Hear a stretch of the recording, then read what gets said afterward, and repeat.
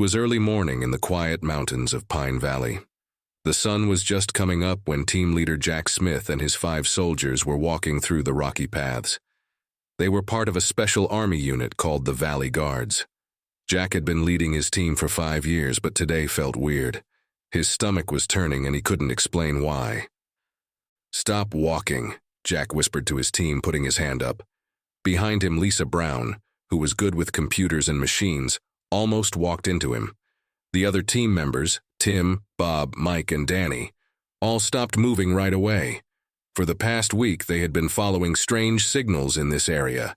Their information was mixed up and nothing made sense. Lisa looked at her special tracking device again and again. "Boss, something's wrong with my machine," she said, looking confused at the screen. "It shows there's lightning nearby, but the sky is totally clear." Before Jack could say anything back, they all heard a strange buzzing sound. It was coming from all around them, like 1,000 bees were flying nearby, but they couldn't see any bees. Then something really strange started happening. The air in front of them began moving like waves in a pool. The buzzing got louder and louder. Then, something impossible happened. It looked like someone had cut open the air itself, making a door where there shouldn't be one. Through this strange door in the air, they saw people walking toward them. At first, Jack thought they might be enemies, but then he saw they were wearing American Army uniforms. But their uniforms looked different. They were shiny and new, with lights and buttons he had never seen before. Then Jack saw something that made his heart stop beating for a second. The person leading these strange soldiers had his face, but older, with a long cut mark on his cheek and gray hair. The older Jack stopped walking when he was about as far away as a school bus.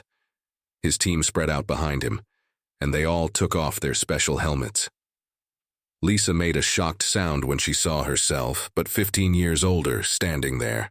All these future soldiers looked tired and scared, like they had seen terrible things. "We only have 2 days, the older Jack said, his voice sounding rough and tired. 2 days to stop everything from being destroyed. He pulled out a small black box from his pocket. When he pressed it, it showed a floating picture in the air of all the mountains around them, with red dots blinking in different places. "What you're going to find in these mountains today isn't what you think," older Jack said, "and you're not the only ones looking for it. In our time, what happens today starts something terrible that leads to—" He stopped talking and looked sad.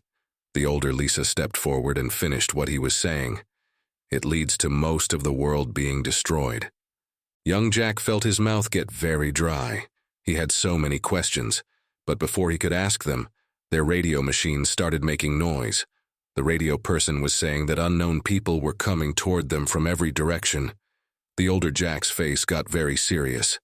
"They followed us here," he said in an angry voice. "The bad ones are already here." They started hearing the sound of flying machines in the air, but they didn't sound like normal helicopters. They made a strange whooshing sound that none of them had ever heard before. Then something even stranger happened.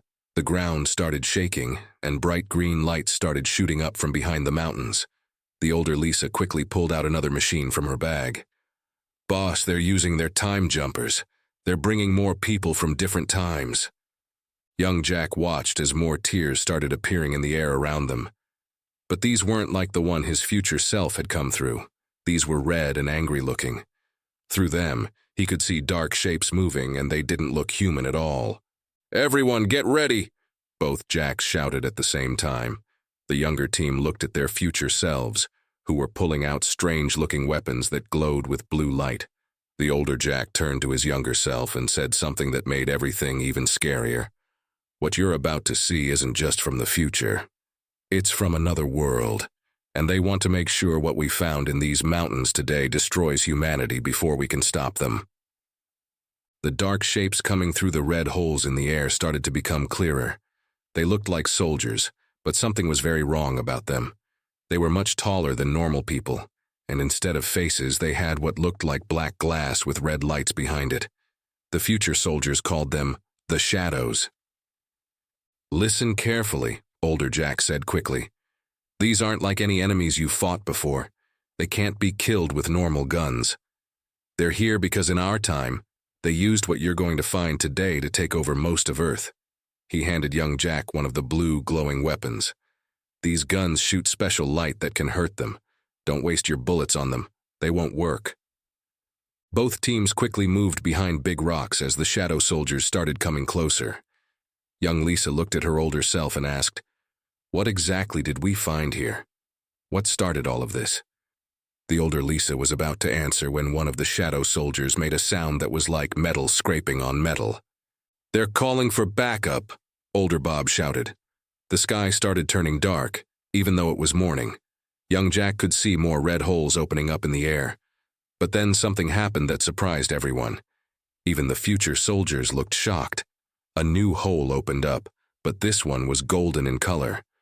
Through it came another group of soldiers, but these ones looked even more advanced than the future team.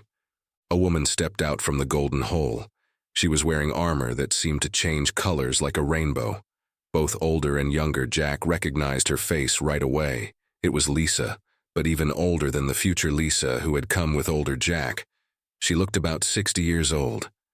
"You're both wrong about what's happening," the oldest Lisa said. "The thing in these mountains, we need it to stay exactly where it is. If either of you move it, everything gets worse." She looked at both teams with tired eyes.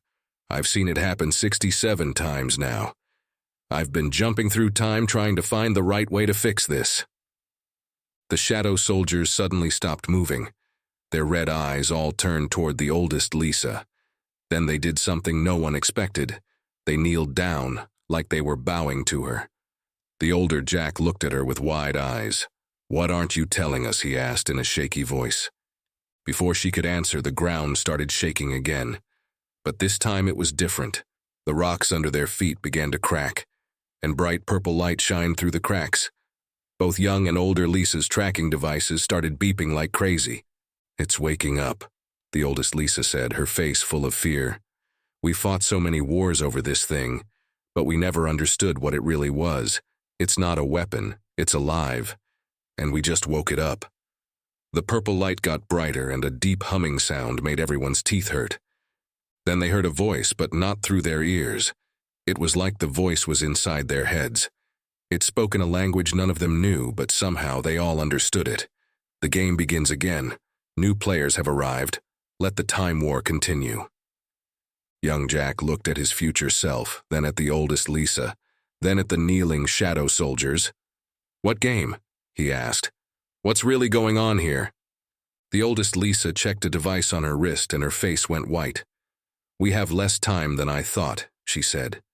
"The thing under these mountains, it's been playing this game for millions of years. It makes civilizations fight across time until only one survives, and we just became its newest players." The purple light shot up into the sky like a giant lighthouse beam, and more holes started opening up everywhere.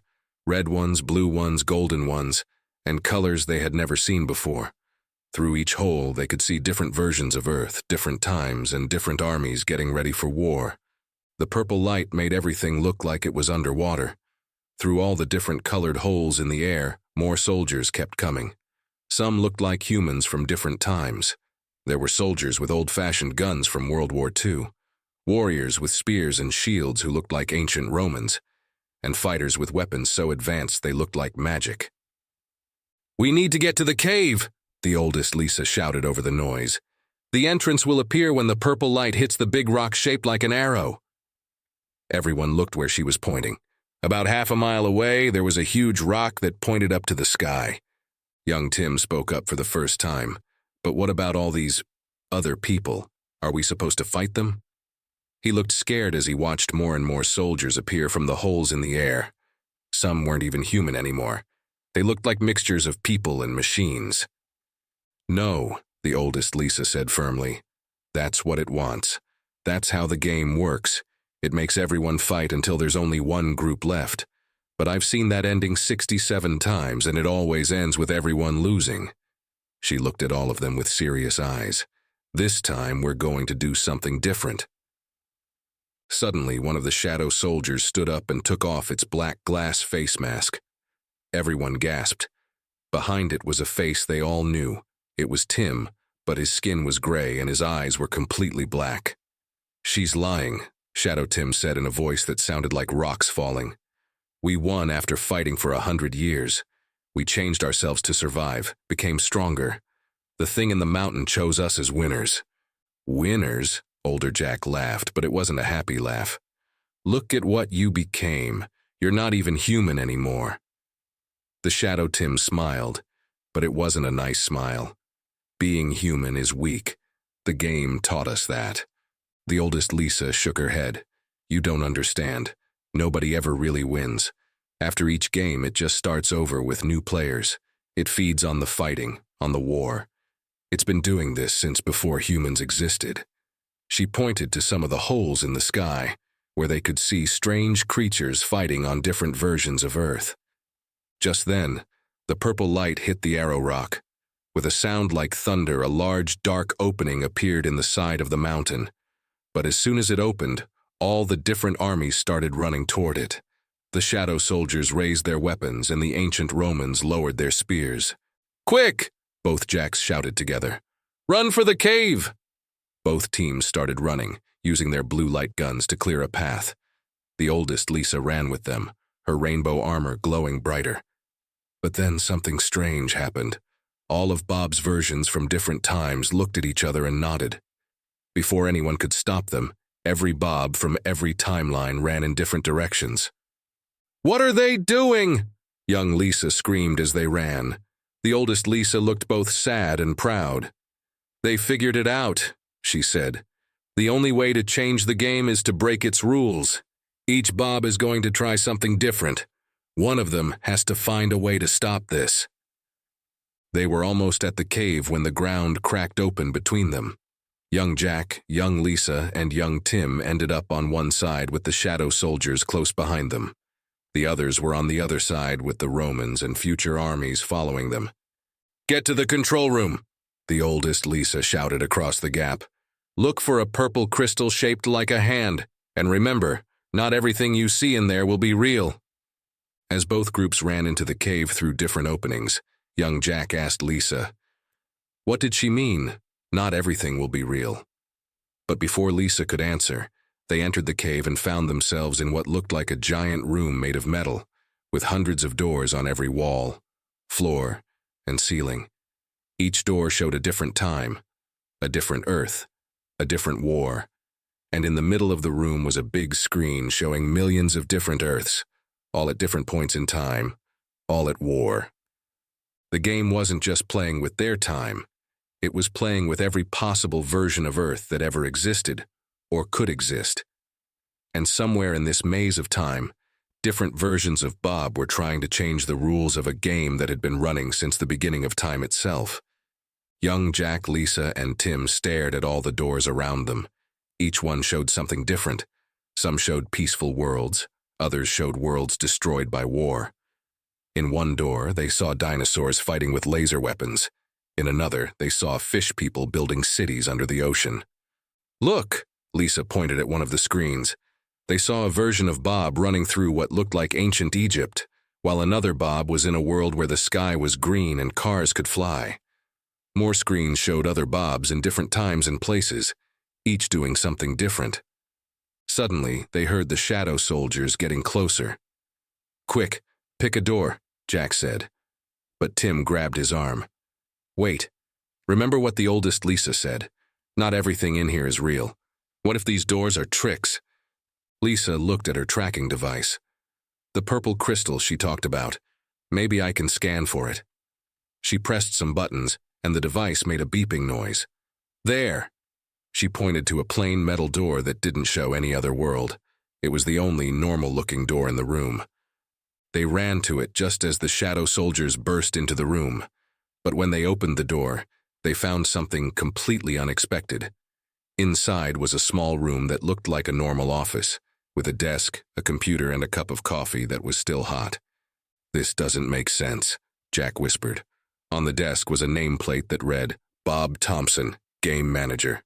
Next to it was a photograph showing Bob, their Bob, sitting with a family, smiling at the camera. The photo looked like it was taken last week. "Look at the computer screen," Tim said. They all leaned in to read what it said. Game status running. Number of timelines 847, 923 thou 651. Current winners Shadow Division. Next reset 12 minutes. Note, emergency shutdown possible with authorization from all game managers. Game managers, what does that mean? Lisa asked. Just then, they heard something behind them. They turned around to see dozens of Bobs walking through the walls. Every version of Bob from every timeline was somehow finding their way to this room. One Bob, wearing a business suit, sat down at the desk. I guess it's time I explained everything, he said. In every timeline, in every version of Earth, I have the same job. I'm not really a soldier. I'm one of the caretakers of the game. But you've been in our unit for 5 years, Jack said, feeling confused and betrayed. Suit Bob smiled sadly. Yes, because in each timeline I have to join the group that finds this place. It's part of my job. The game needs players, you see.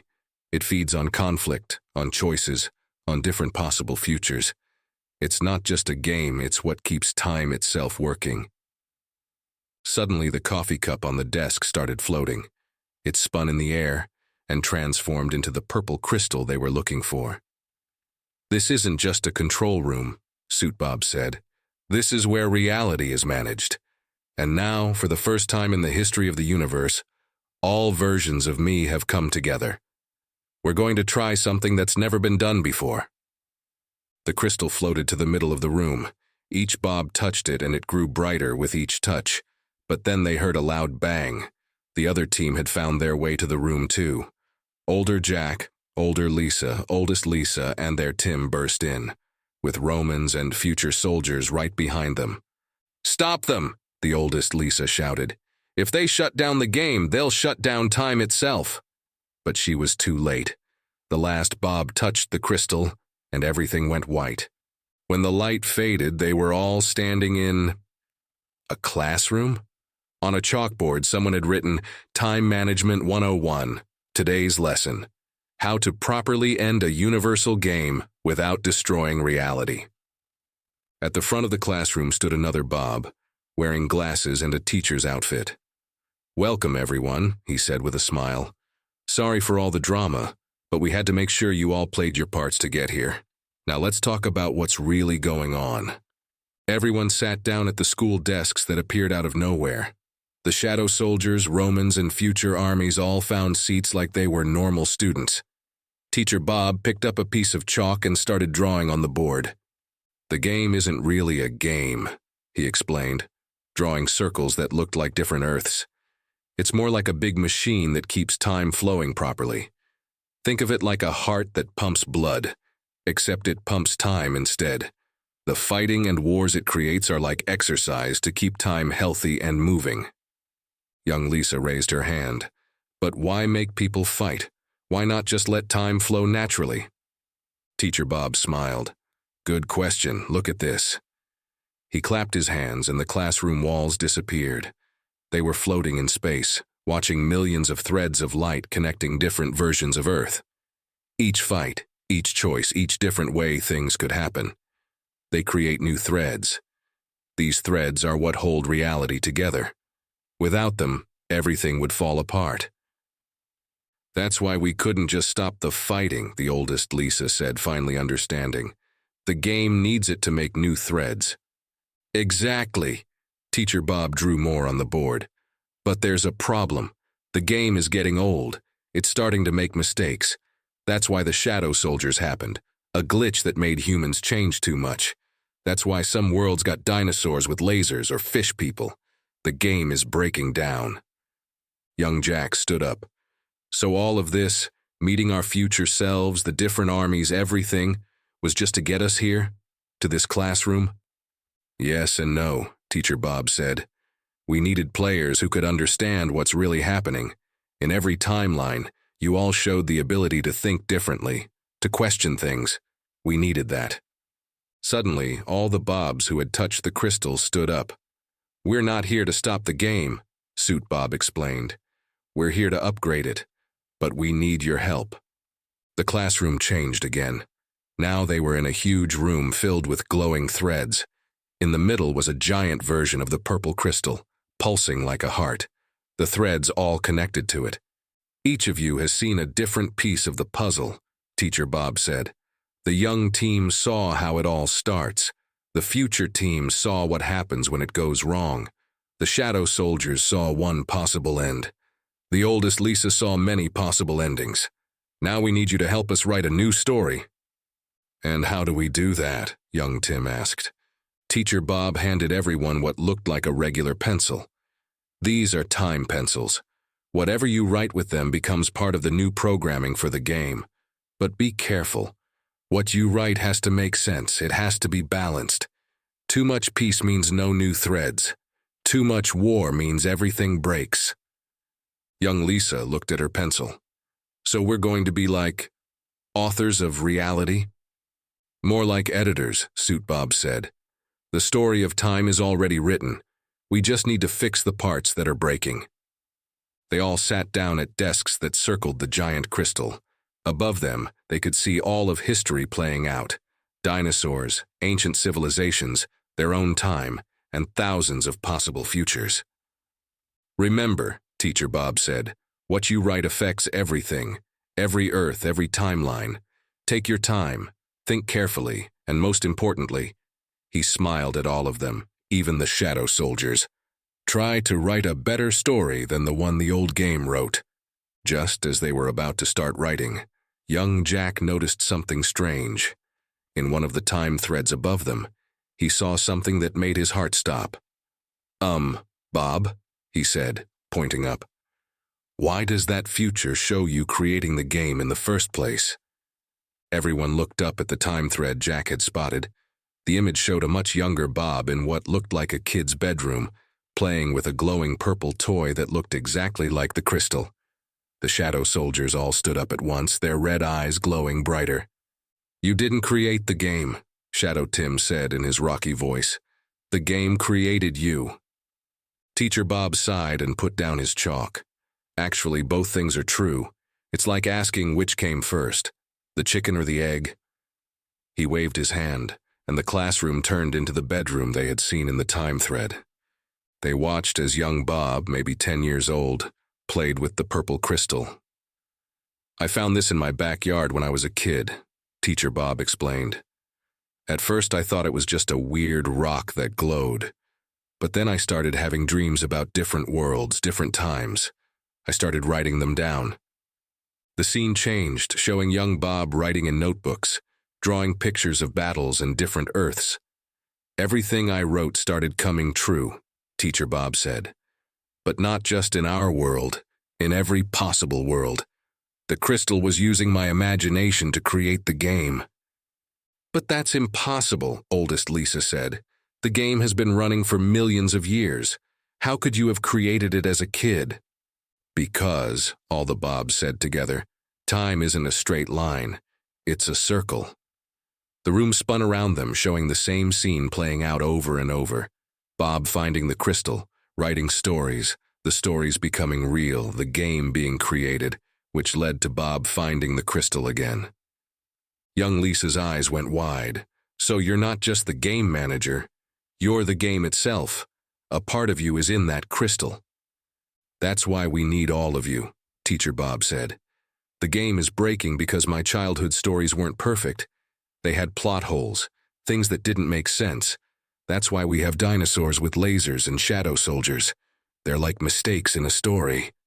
Just then, the giant crystal started pulsing faster. Red lights began flashing everywhere. Warning, a computer voice said. Critical story error detected. Plot inconsistency reaching dangerous levels. What's happening? Young Jack asked, watching as some of the time threads started snapping like broken strings. The paradox, oldest Lisa whispered. By bringing us all here, by telling us the truth about Bob and the crystal, we've created a story that doesn't make sense anymore. The classroom started breaking apart, showing the swirling chaos of time behind its walls. Through gaps in reality, they could see different versions of Earth starting to fade away.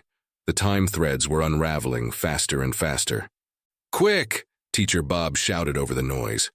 Everyone start writing. Write anything, any story. We need new threads to hold everything together. They all grabbed their time pencils and started writing on whatever they could find: desks, walls, floating pieces of reality itself. But young Tim stopped and looked at his pencil carefully. "Wait," he said. "These pencils, they look exactly like the purple crystal, just smaller. What if—" He broke his pencil in half. Inside was a tiny glowing crystal, just like the one young Bob had found. Teacher Bob's face went pale. "Oh no," he whispered. "I remember now, when I was a kid before I found the crystal. I had a box of pencils. Strange pencils that glowed purple when I wrote with them. Pencils that made my stories come true." The pieces of reality kept breaking apart around them as everyone stared at the broken pencil in Tim's hand. The tiny crystal inside was getting brighter and brighter. "The pencils came before the crystal," young Lisa said, her eyes getting big as she understood. But where did the pencils come from? Suddenly all the Bobs started disappearing, fading away like ghosts. Only Teacher Bob stayed, but he was changing. His face began to shift and change until he didn't look like Bob anymore. Instead, he looked like a young girl, maybe 12 years old, with bright purple eyes. "My name is Sarah," she said in a voice that sounded both young and ancient at the same time. "And a long, long time ago I made those pencils.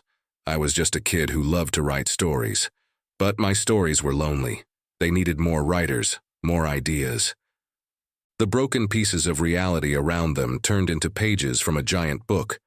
On each page they could see different stories being written by different versions of Bob throughout time. "I gave a box of my special pencils to the school library," Sarah continued.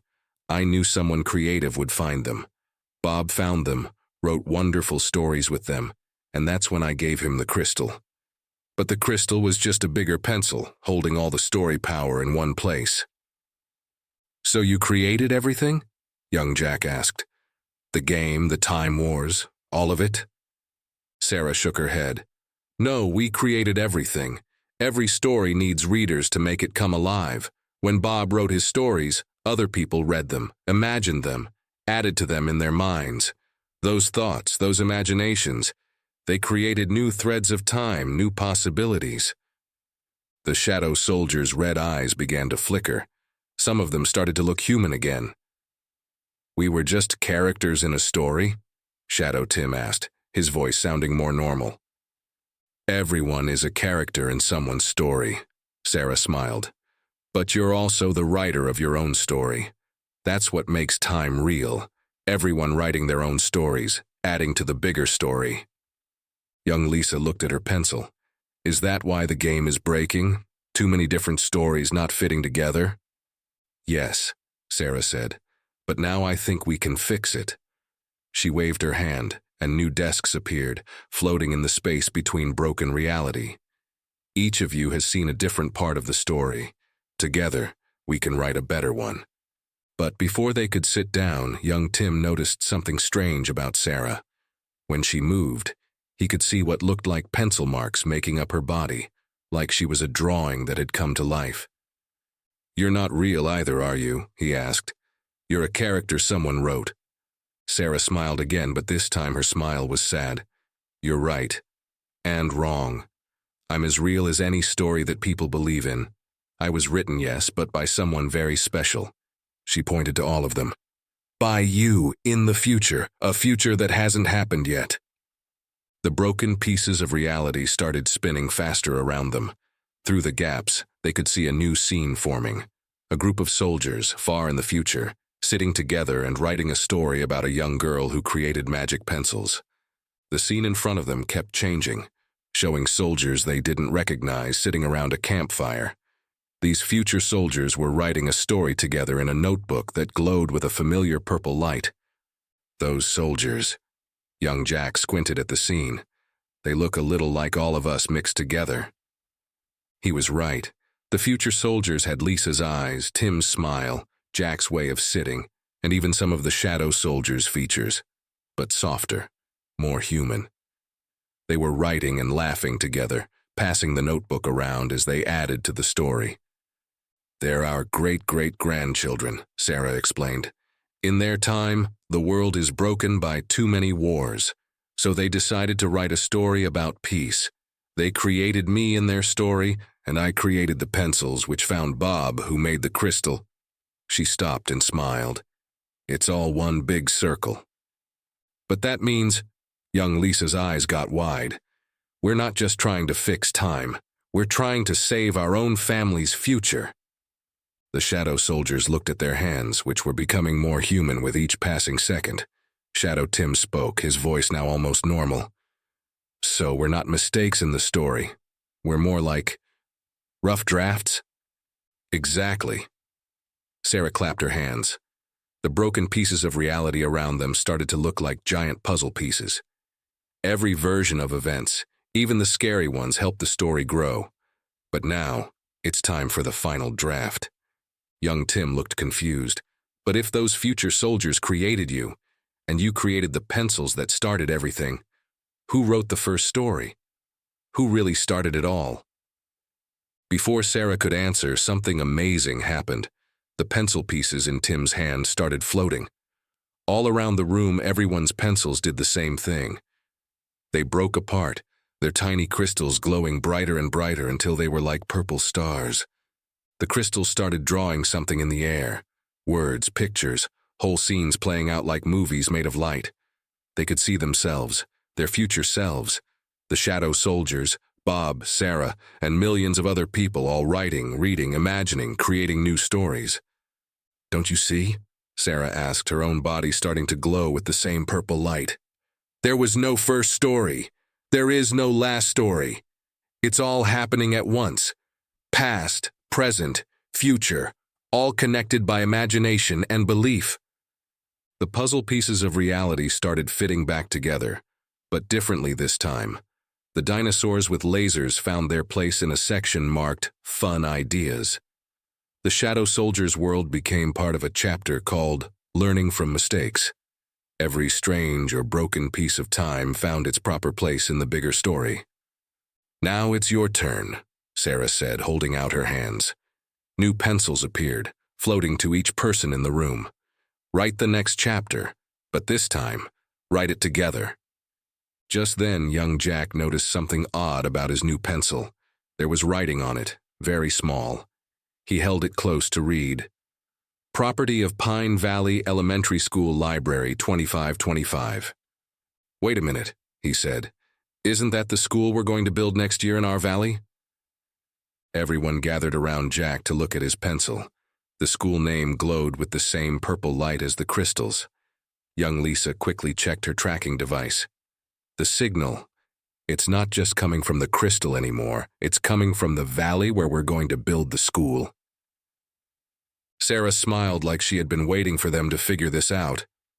The school library is where everything connects. Think about it. Where do all stories live? In libraries. The room around them changed again. Now they were standing in a beautiful library with walls made of swirling purple light. Books floated through the air, opening to show their stories coming alive like tiny movies above their pages. This is the Pine Valley School Library, Sarah said, but not just from one time. This is every version of it that ever was or will be. Look. She pointed to different corners of the library. In one spot, they saw young Bob finding the box of purple pencils. In another, they saw the future soldiers writing their story. And in a third corner, they saw something that made them all gasp. There was a little girl sitting alone reading a book that looked very old. As she read, purple light came from the pages and wrapped around her hands. She was young Lisa. I remember that day, both Lisas said at the same time. I was reading a story about... They stopped, looking shocked. About soldiers who met themselves from the future. The story has been writing itself, Sarah explained. Every time someone reads it, they add their own imagination to it. Those thoughts become new threads of time, new possibilities. The library collects them all. Suddenly, the shadow soldiers started glowing brightly. Their dark armor fell away, revealing that they looked just like normal people now. Shadow Tim blinked his now human eyes. We were trying to protect the story, he said, remembering. But we forgot how to read it properly. We thought it was about power, but it was about imagination all along. The oldest Lisa stepped forward, her rainbow armor shining. That's why I kept jumping through time, trying to find the right ending. But there is no right ending, is there? The story keeps going as long as people keep reading and imagining. Sarah nodded. And now you all need to add your part. She waved her hand, and a large book appeared on a table in the middle of the library. Its cover was made of the same crystal as the pencils, and its pages glowed purple. But what should we write? Young Jack asked. Write what happens next, Sarah said. Write about the school, the library, the pencils. Write about how stories can change the world without fighting. Write about how imagination is stronger than any weapon. As they all gathered around the book, Tim noticed something else. Through the library windows he could see their valley, but it was different. The morning sun was rising just like when their day had started. But now there was a beautiful school building where there had been empty land before. The school? It's already there? He asked, confused. Sarah picked up one of the purple pencils. Time isn't a straight line, remember? The school has always been there, and is just being built, and will be built in the future, all at the same time, just like this story. She handed the pencil to young Jack. Ready to write the next chapter? But before Jack could take the pencil, a loud rumbling sound filled the library. The books started shaking on their shelves, and cracks appeared in the walls. Not just in the walls of the library, but in the walls of time itself. The cracks in time grew bigger, and through them they could see something impossible. Millions of other libraries, all connected, all filled with glowing books and purple pencils.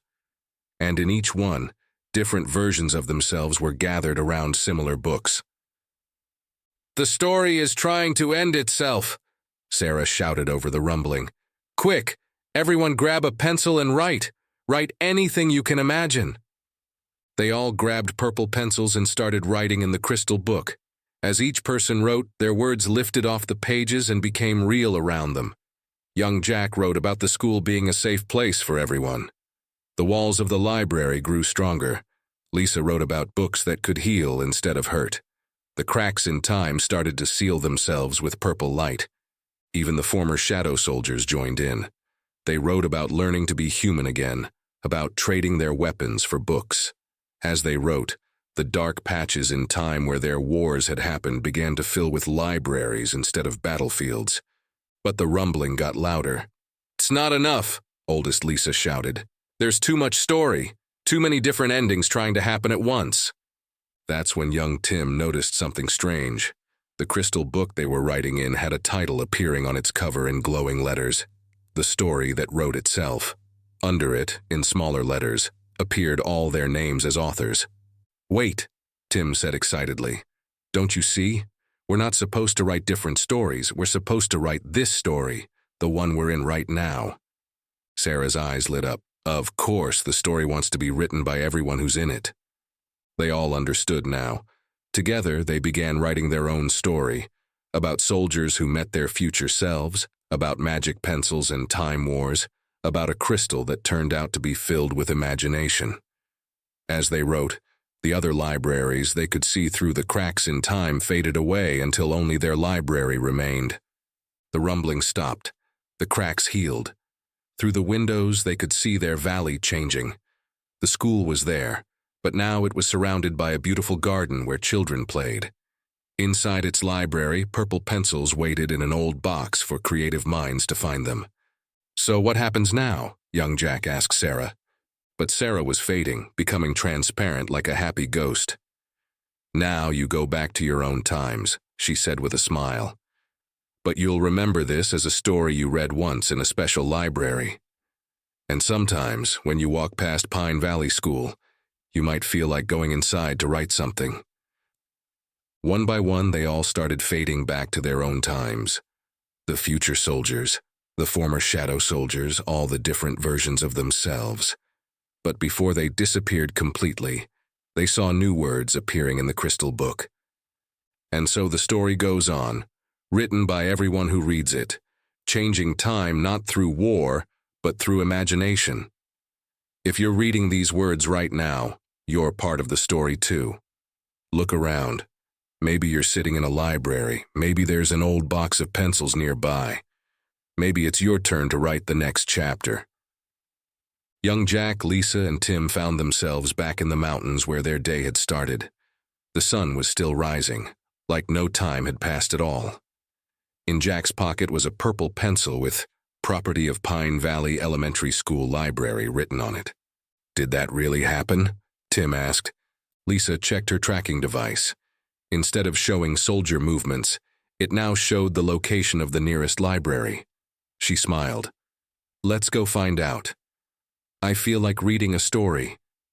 And somewhere in time, a young girl named Sarah picked up a glowing pencil and started to write.